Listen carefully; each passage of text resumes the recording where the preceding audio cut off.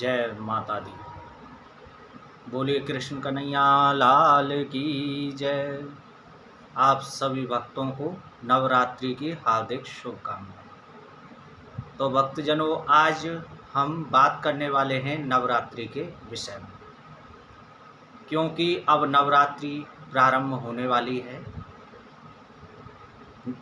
जो कि शरदीय नवरात्रि प्रारंभ होगी, जिसकी शुभ तारीख, बार, तिथि इत्यादि, मुहूर्त, घट स्थापना कैसे करें, किस तारीख को करें, कब से नवरात्रि प्रारंभ हो रही हैं, ये सभी जानने के लिए आप सभी बड़े ध्यान से सुने कि जो शरदीय नवरात्रि प्रारंभ हो रही है उसकी शुभ तारीख इस प्रकार से है और घट स्थापना का मुहूर्त भी इस प्रकार से है।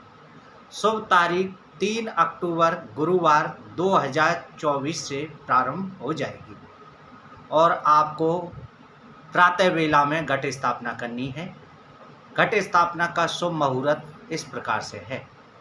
प्रातः वेला रहेगी 6:19 से 7:23 तक शुभ मुहूर्त रहेगा।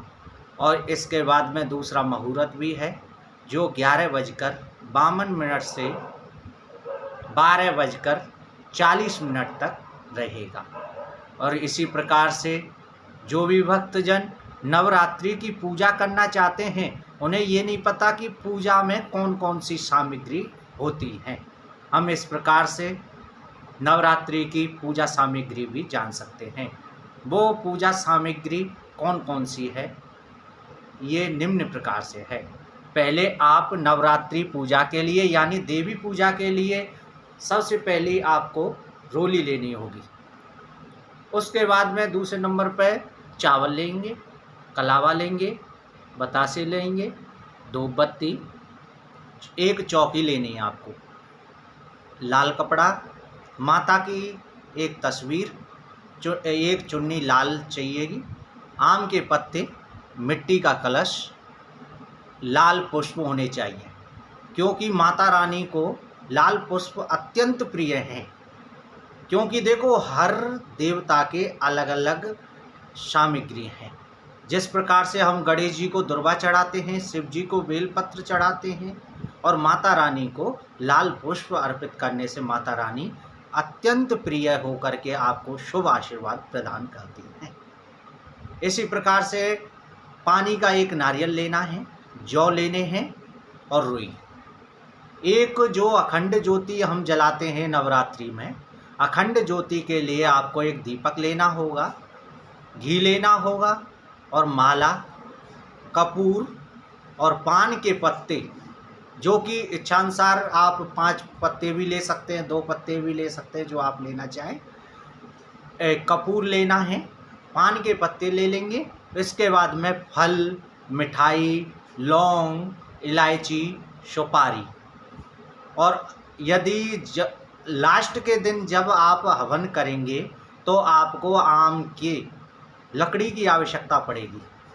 आम की है, वन की है, इसी प्रकार से आप इसका भी प्रयोग कर सकते हैं। गूगर धूप की भी आवश्यकता पड़ेगी, लेकिन मैं अगली वाली जो वीडियो होगी उसमें मैं आपको ये बताऊंगा कि हम सरल तरीके से और सरल नियम, सरल विधि विधान, जिसके जरिए आप हवन भी घर बैठे कर सकते हैं।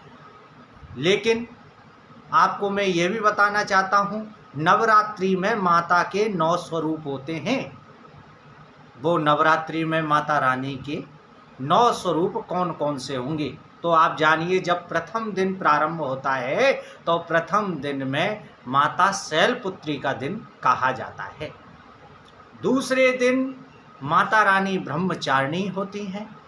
तीसरी चंद्रघंटा माता रहती हैं तीसरे दिन में। और चतुर्थ दिन में कुष्मांडा माता।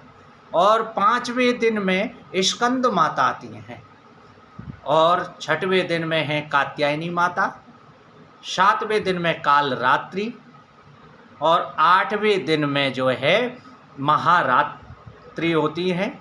और इसी प्रकार से 9वें दिन में सिद्धधात्री माता का दिन होता है।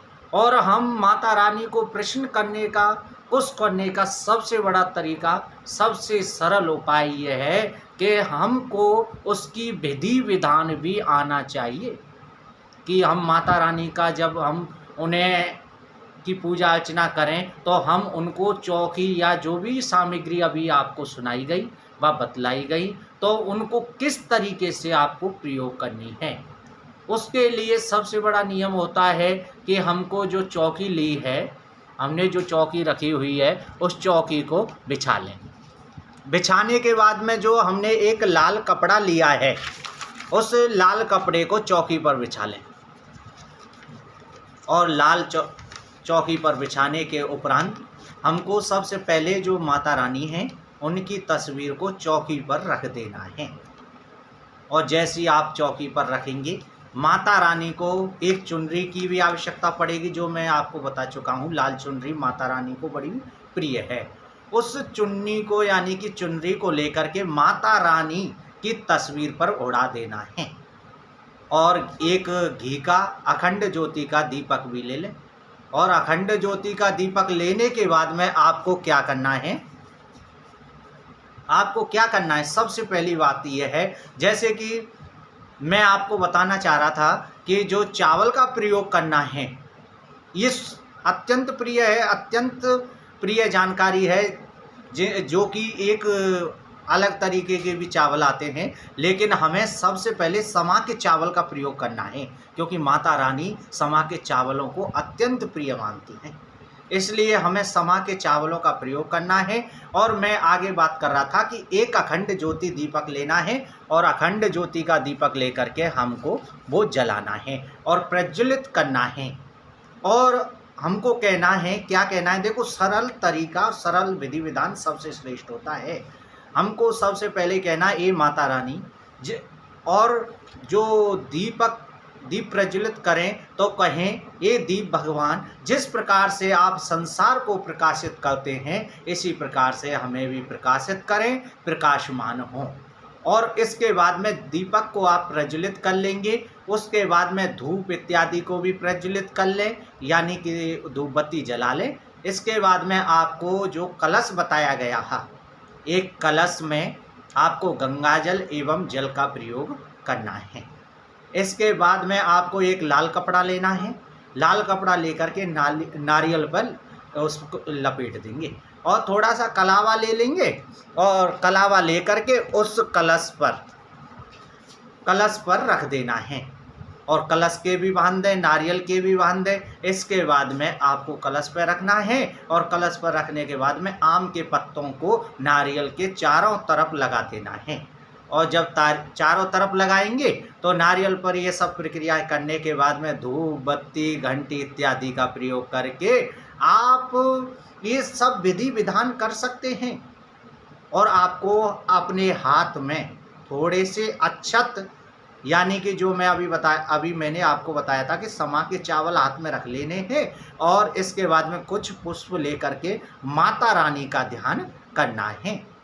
जो लोग माता रानी का ध्यान करना चाहते हैं उनको कोई श्लोक नहीं आता, कोई मंत्र नहीं आता, तो यदि मंत्र बड़े हैं इसलिए कुछ भी नहीं आता तो वो भी माता रानी का ध्यान कर सकते हैं। वो सभी कैसे करेंगे, उन सभी को ये ध्यान रखना है कि केवल आप अक्षत यानी कि चावल और पुष्प लेकर के माता रानी के लिए आपको जय माता दी, जय माता दी, जय माता दी, इसी प्रकार से 11 बार इस नाम का उच्चारण करना है, जय माता दी, जय माता दी। और आपको इसके बाद में जब 11 बार स्मरण कर लें, उसके बाद में अक्षत और पुष्प को लेकर के माता रानी एवं कलश पर आपको समर्पित कर देना है। और आपको एक कार्य और करना है, मैं आपको बताना चाहूँगा, जब आप जिस कलश को स्थापन करें तो उसमें जौ का भी प्रयोग किया जाता है, जो कलश के नीचे रखे जाते हैं। आप इसी प्रकार से प्रयोग कर सकते हैं और एक इसी प्रकार से आप करेंगे। और जो अक्षत और पुष्प हैं उनको माता रानी को समर्पित कर दें और समर्पित करने के बाद में माता रानी का ध्यान कर लें। और माता रानी की जो तस्वीर है उस पर तिलक लगाएं, माला अर्पण करें और माता रानी को अर्पण करने के बाद में फल, माला इत्यादि और जो मिठाई इत्यादि जो भी सामग्री है उस सामग्री को माता रानी को समर्पित कर देना है। और जब माता रानी को ये सब फल इत्यादि मिठाई और भी जो भी सामग्री हैं उन्हें समर्पित कर दें, उसके बाद में आप सभी को क्या करना है, माता रानी की आरती करनी है। आरती कर लेंगे। आरती करने के बाद में आपको माता रानी को प्रणाम करना है और प्रणाम करने के बाद में आप अपनी इच्छानुसार और भी भोग लगाना चाहते हैं तो आप भोग पुनः लगा सकते हैं। लेकिन मैं एक बात आपको बताना चाहता हूँ, बड़ा ध्यान से सुनने योग्य है, क्योंकि कुछ लोग अपनी अनुसार दीपक जलाते हैं, लेकिन उसमें क्या करना चाहिए, हमें सदैव अखंड ज्योति का दीपक जो है घी का ही जलाना चाहिए, क्योंकि माता रानी को अत्यंत प्रिय है। इसलिए अखंड ज्योति जलाने से माता रानी प्रसन्न हो जाती हैं, जल्दी खुश होती हैं। और मैं आपको ये भी बताना चाहता हूँ कि हम सभी को नवरात्रि में यानी कि 9 दिन माता रानी के बताए, वैसे तो सभी दिन माता रानी के हैं, सभी देवताओं के हैं, लेकिन ये नवरात्रियों में माता की अर्जी जल्दी ही स्वीकार कर ली जाती है। इसलिए प्रथम दिन की बात करूं तो प्रथम दिन जैसे नवरात्रि में 9 दिन के माता रानी के अलग अलग भोगों का भी आप प्रयोग कर सकते हैं, लेकिन अपनी श्रद्धा के अनुसार। यदि जिस पे नहीं है वो अपनी श्रद्धा अनुसार करें। यदि सामर्थ्य है तो आप इसका भी प्रयोग कर सकते हैं। माता रानी के लिए 9 दिनों में 9 भोगों का प्रयोग आपको करना है। वो 9 दिन कौन से हैं सुनिए। प्रथम दिन में आपको घी से बनी हुई वस्तुओं का ही प्रयोग करना है, वो घी सम्मिलित होना चाहिए। और आपको दूसरे दिन चीनी का भोग लगाना है माता रानी का, क्योंकि माता रानी को चीनी भी प्रिय है। और आप तीसरे दिन जब तृतीय दिवस की नवरात्रि हो तो तीसरे दिन आप दूध का भी भोग माता रानी को लगा सकते हैं। अब बात करते हैं हम चतुर्थ दिवस, जिसे हम चौथा दिन कहते हैं। तो हमें चौथे दिन मालपुए का भी माता रानी को भोग लगा सकते हैं। मालपुआ माता रानी को बड़ा प्रसन्न करता है, बहुत खुश रहती है माता रानी, इसलिए हमें चौथे दिन मालपुए का भी भोग लगा सकते हैं। और जब हम पंचम दिन में प्रवेश करें यानी 5वीं रात्रि प्रारंभ हो जाए, पंच नवरात्रि, तो उस दिन हमें 5वें दिन माता रानी को केले का भोग लगाना है। इसी प्रकार से षष्ठम दिवस यानी 6वें दिन आप माता रानी को शहद का भोग लगा दें और अष्टम दिवस में नारियल का भी भोग लगा सकते हैं। और अब बात करने वाले हैं हम नवम दिन, जो 9वां दिन है, उसमें माता रानी को, जिसे हम कहते हैं नवमी पूजना, जिसमें लास्ट के दिन हम और आप सभी हलवा, चना, खीर, पूरी, कचौरी इत्यादि का आप सभी मीठे के साथ में माता रानी का भी भोग लगा सकते हैं। जो भी इस विधि को करते हैं, और मैं सबसे एक सरल तरीका की भी विधि मैंने आपको बताई, लेकिन ये सबसे सरल श्रेष्ठ साधन है। और जिन लोगों पे समय नहीं है वो समय अपनी माता रानी का 11 बार स्मरण करेंगे, जय माता दी, जय माता दी, जय माता दी, जिन पे समय नहीं है। और कुछ भक्तजन प्रथम दिन भी कर सकते हैं और लास्ट 9वीं वाले दिन भी भक्तजन ये सब कर सकते हैं। इसलिए मैं ये भी कहना चाहता हूँ, जिन माता रानी के भक्तों को रोग से बंधन से मुक्त होना चाहते हैं तो उनको घी का ही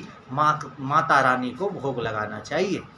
और देखो, अब हम बात करने वाले हैं कि हम सभी को व्रत में रह कर के किस प्रकार से नियम करना है। देखो, नवरात्रि में हमें विधि विधान तो आप सभी ने जान लिया और सामग्री भी जानी और माता रानी के स्वरूपों का दर्शन भी किया। इसी प्रकार से आप सभी माता रानी के लिए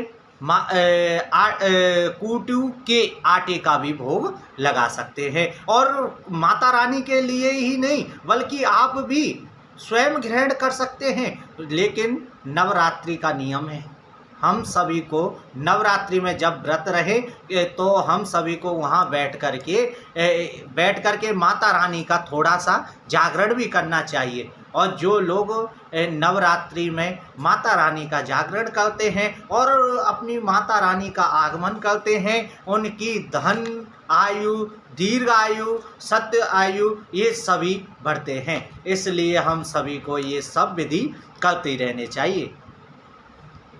और यदि कूटू के आटे के पुए हों तो माता रानी अत्यंत प्रिय हो जाती हैं, खुश हो जाती हैं और जल्दी ही अपनी कृपा दृष्टि उन भक्तों पर कर देती हैं। इसलिए सबसे श्रेष्ठ साधन यही है।